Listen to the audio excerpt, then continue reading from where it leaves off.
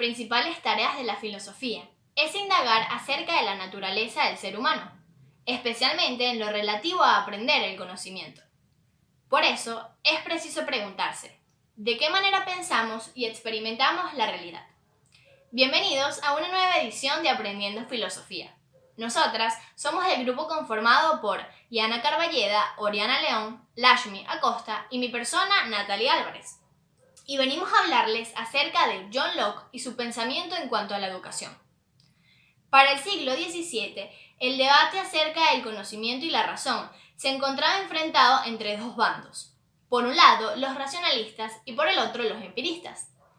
En este caso, uno de los pensadores más importantes del grupo de los empiristas fue John Locke, un filósofo inglés que sentó las bases de la concepción mecanicista del ser humano y que se considera el padre del liberalismo y el padre del empirismo. ¿Has escuchado alguna vez hablar de la tabula rasa? Seguramente sí, y a que no adivinas quién es el autor. Así es, nada más y nada menos que el filósofo del que venimos a hablar hoy, John Locke. En política tuvo un papel destacado por sus pensamientos en cuanto a la sociedad civil, la libertad y la tolerancia para organizar naciones. Tanto así que no solo influyó en la Inglaterra del siglo XVII, sino también en movimientos que vinieron luego como la Revolución Francesa y la independencia de Estados Unidos. Además de toda esta influencia en la política, también tuvo una gran influencia en la filosofía. ¿Y qué mejor manera de acercarse al pensamiento de un filósofo como John Locke que a través de sus teorías sobre la educación? Como ya hemos mencionado, Locke nace y vive en una época de numerosos cambios y conflictos sociales. Entre ellos, una importante guerra civil liderada por el gobierno absolutista de Carlos I, que luego continúa con el gobierno de Carlos II y Jacobo II, y que no acaba hasta 1688, donde ocurre la Revolución Gloriosa de la que Locke forma parte y en donde se defendía el liberalismo político y la tolerancia religiosa. Esta revolución señala el triunfo definitivo de una nueva sociedad en cuanto a lo político y a lo económico, basada en derechos individuales, en la libre acción económica y en el interés privado. Otro factor importante en la vida de Locke fue su propio transcurrir educativo. No solo porque nos muestra un contexto histórico, sino porque demuestra la gran influencia que tuvo en el pensamiento pedagógico de Locke. Como ya mencionamos, tuvo una muy buena educación, se desarrolló en áreas como la economía, la medicina y la filosofía, y estas le abrieron paso a inclinaciones intelectuales y a un pensamiento empirista. Además, a lo largo de sus estudios, vivió una gran influencia de la filosofía escolástica, que para los que no sepan, está fuertemente sustentada en la razón y en la religión. Para esa época, los planes de estudio se basaban en áreas como la gramática, las lenguas clásicas, la lógica, las ciencias naturales y la filosofía moral. Y como podremos ver más adelante, el pensamiento pedagógico que Locke plantea sí sustenta y apoya muchísimas de estas áreas, como lo serán la filosofía moral, como lo son las ciencias naturales, pero hay muchas otras áreas que derrumban su teoría y pues que les da muchísima menos prioridad para el aprendizaje del niño. Ahora que conoces el contexto histórico del siglo XVII y has aprendido algunos datos importantes de la vida de Locke, pasemos a profundizar en su obra más icónica en cuanto a educación se refiere. La obra Algunos pensamientos sobre la educación, publicada en 1693, se centra en los aportes que plantea Locke a la educación por medio de una estructura no lineal. Esta obra la podemos dividir en tres partes fundamentales, que son las que propone Locke para la educación, que es conseguir el desarrollo de un cuerpo sano, de un espíritu racional y de carácter virtuoso, y por último, la instrucción académica. ¿Bajo qué ideal educativo apunta la reflexión teológica sobre la educación? Locke postula un ideal educativo epistemológico y moral. No podemos alcanzar las verdades morales, prácticas religiosas o políticas si antes no hemos respondido a la pregunta ¿qué podemos conocer?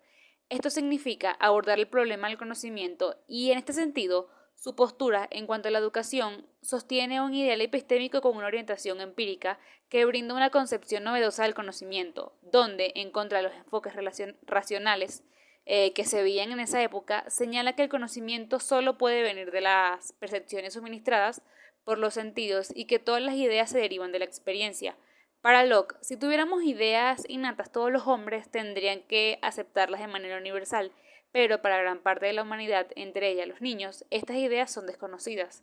A partir de allí señala que no hay ningún contenido mental previo a la experiencia, ya que cuando nacemos nuestra mente es un papel en blanco o una tabula rasa.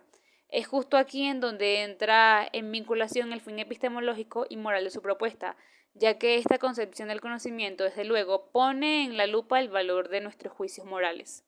El pensamiento de Locke se caracteriza por el deseo de mostrar una conexión entre el mundo moral, intelectual y material, otorgando una prioridad absoluta a la educación moral por sobre la mera adquisición de conocimientos y capacidades cognitivas. El núcleo de su pensamiento es formar un espacio pedagógico donde el niño parte como una hoja en blanco y va pintando esa hoja con el desarrollo de los sentidos, del uso de la razón y con el ejercicio del espíritu moral e intelectual para sentar la base de las ideas, acciones y conocimientos. Ahora bien, ¿quién es el sujeto encargado de realizar este ideal educativo según Locke? ¿A quién se educa y cuál es la razón de este ideal? Eso lo vamos a conocer a continuación. Es importante tener en cuenta que este autor propone dos líneas de pensamiento. El primero está dirigido hacia el preceptor, que es el responsable de formar al alumno o al niño en todo lo que concierne al ámbito educativo formal. La segunda línea de pensamiento que propone Locke está dirigida hacia los padres de familia, siendo ellos los responsables del primer vínculo de socialización. Asimismo, este autor nos plantea que la educación debe estar al servicio de todas las personas. ¿Por qué? Porque según él, todas las personas debían manejar tres elementos fundamentales. El primero consiste en sacar cuentas, el segundo en leer y el tercero en escribir de forma adecuada. Esto los prepararía para desempeñarse y desenvolverse bien en la sociedad. Del mismo modo, queremos compartir cuál es el plan de estudios propuestos para alcanzar este ideal educativo. ¿A qué tipo de sociedad, forma de gobierno y economía está dirigido? Es importante empezar diciendo que el autor propone la concepción de la educación esencializándolo a partir de la moral, la intelectualidad y lo físico como un espacio en donde se pretende adquirir la virtud. Por eso que el plan de estudios debe organizarse de una manera muy natural, de modo que satisfagan las necesidades, intereses y curiosidades de los niños. Esto lo podíamos resumir en dos palabras: juego y libertad. Por lo que hemos hablado anteriormente, también es válido mencionar que la sociedad que propone Locke está fuertemente vinculada entre conducta y pensamiento, existiendo así un equilibrio entre obligación social y derecho individual. Eso hace que aunque existan condiciones limitantes para algún grupo, este grupo no deje de ejercer su voluntad y su individualidad al momento de tomar decisiones y crecer. Ningún tipo de condición ni situación que viva algún grupo social en un momento determinado puede coartar la libre expresión o el libre ejercicio de la inteligencia y de su voluntad. Ahora haremos una valoración crítica al pensamiento educativo del autor, señalando los dos aspectos que consideramos más importantes para que esta educación se dé, que tengan pertinencia y puedan usarse en la actualidad para sistemas o subsistemas educativos de Venezuela. Como bien se sabe, Locke en su libro lo que nos propone son ciertos aspectos que deba tener la educación para poder crear a un niño virtuoso. Para esto existe la relación estrecha entre tres cosas importantes de las que él habla, que es la educación física, la moral y la intelectual.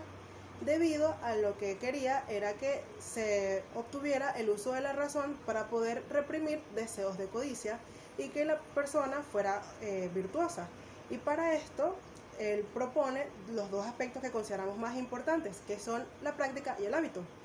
Él decía que solamente mediante la práctica y a la constancia uno podría llegar a obtener la virtud. Y con esto nos conecta al segundo aspecto, que es el hábito. No basta solamente con practicarlo y practicarlo, sino habituarnos a este, que ya vendría siendo la costumbre. Si nos acostumbramos a hacer este tipo de cosas buenas, como una actividad motriz, que practicamos hasta que la logremos, entonces esta puede llegar a hacernos autónomos en nuestra propia actividad. Ahora explicaremos los dos aspectos con los cuales diferimos un poco del autor. El primero de estos es las compañías. Y en este capítulo Locke nos habla de que el individuo, o sea el niño, puede llegar a ser una persona muy influenciable. Si bien con ayuda de los preceptores puede llegar a alcanzar la virtud, también es una persona que suele estar prestando atención y estar copiando las acciones que esté viendo. Por lo cual dice que dichoso eres si no tienes a alguien malo que puede influenciar al individuo. Esto quiere decir que el niño siempre tiene que tener cerca a hombres o mujeres de virtud que lo ayuden también a alcanzar esa virtud. Por lo cual no nos encontramos enteramente de acuerdo porque él habla sobre una evitación. Y si bien esto no es del todo negativo porque estás evitando ese tipo de cosas para no copiarlas, no puede negarse tampoco la existencia de estas. Y lo segundo, con lo que diferimos, es el tema de la educación enteramente en casa. Como bien explicamos antes, el niño siempre va a tener una compañía, pero diferimos con este aspecto porque la educación, cuando es en las escuelas, así sea en un salón, siempre hay una cantidad de niños y hay un profesor, y esto nosotros lo vemos un poco más eficiente que el hecho de tener una educación netamente personalizada para cada quien. Bueno chicos, gracias por haber aprendido con nosotras acerca de filosofía y bueno, en este día sobre Locke espero que les haya parecido muy interesante. Gracias.